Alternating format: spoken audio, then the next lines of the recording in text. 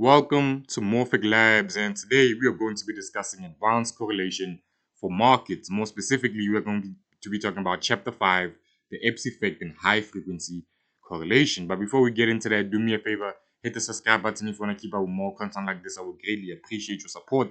And if you're interested in increasing your market intelligence, which if you're into trading or markets in any capacity, you should be interested in increasing your market intelligence. If that sounds like you, have a free market microstructure and trading systems course that will walk you through the foundations of market structure, the mechanics of trading, market data, and analytics. Plus, if you're into looking at markets from different angles, I have a free advanced market aggregation course that will walk you through advanced price-based aggregation, volatility-driven aggregation, information theoretic aggregation, order flow microstructure aggregation, event-driven and hybrid methods, plus implementation and selection criteria, so you can pick the most optimal aggregator for your specific use case.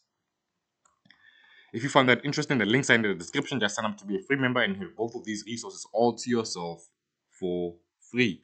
Now, let's get into it. Chapter 5, the EPPS effect and high frequency correlation. As sampling frequency increases, measured correlations between assets tend to decrease. A phenomenon first documented by EPPS and subsequently known as the EPPS effect. This downward bias in high-frequency correlation estimates arises from two distinct sources: non-synchronous trading, the original explanation, and market microstructure noise. For two assets with non-synchronous price observations, the realized covariance estimator covariance hat to the n equals the sum of r sub 1 and t sub I times r sub 2 and t sub I, where I indexes from 1 up until n, suffers from a bias proportional to the degree of asynchronicity.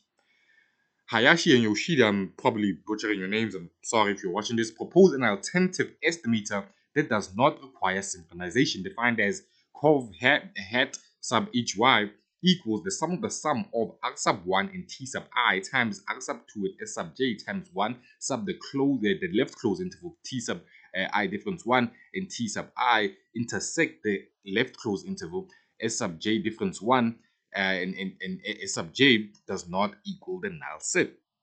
This estimator sums cross products only overlapping return intervals, providing a consistent estimate under mild regulatory conditions. Toth and Curtis, probably butchering that, sorry if you're watching this, revisited the EPPS effect using modern high-frequency data, confirming its persistence across asset classes, while showing that the magnitude decreases with increasing liquidity. And we have a table over here for some data insights. Table 3, EPPS effect magnitude by asset pair and sampling frequency.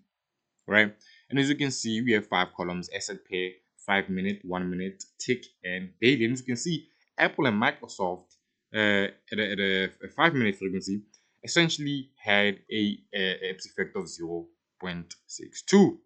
At 1 minute, it had a effect of 0.48, right?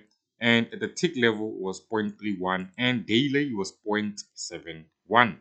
SPY and QQQ, as you can see, at 5 minutes it was 0.89, at 1 minute it was 0.82, at tick it was 0.68, at daily 0.94, XOM and CVX, at 5 minutes it was at 0.74, 1 minute 0.61, tick 0.42, and daily 0.79.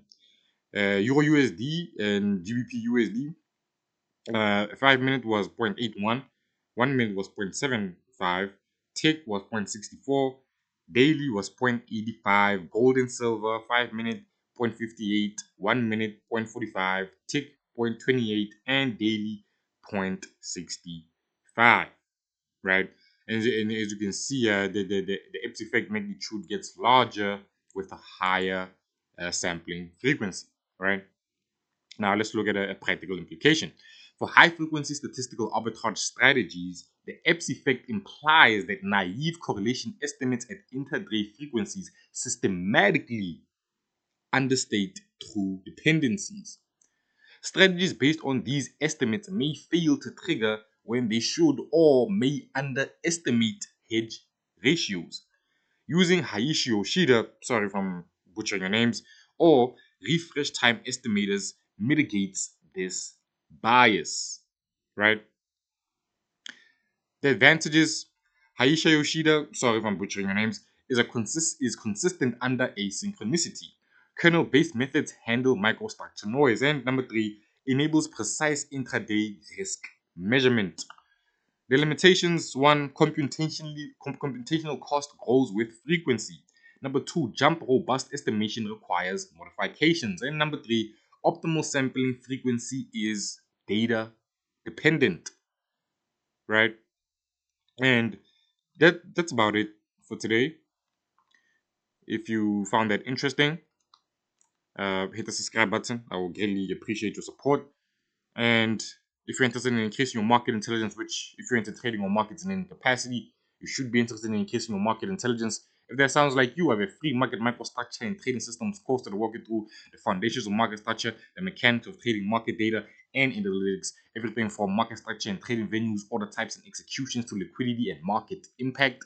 Plus, if you're into looking at markets from different angles, of a free advanced market aggregation course that will walk you through advanced price-based aggregation, volatility-driven aggregation, information theoretic aggregation, order flow and microstructure aggregation, event-driven and hybrid methods, plus implementation and selection criteria so you can pick the most optimal aggregator for your specific use case. If you found that interesting, the links are in the description. Just sign up to be a free member and you have both of these resources all to yourself and hit the subscribe button. I would greatly appreciate it. And I am out. Bye.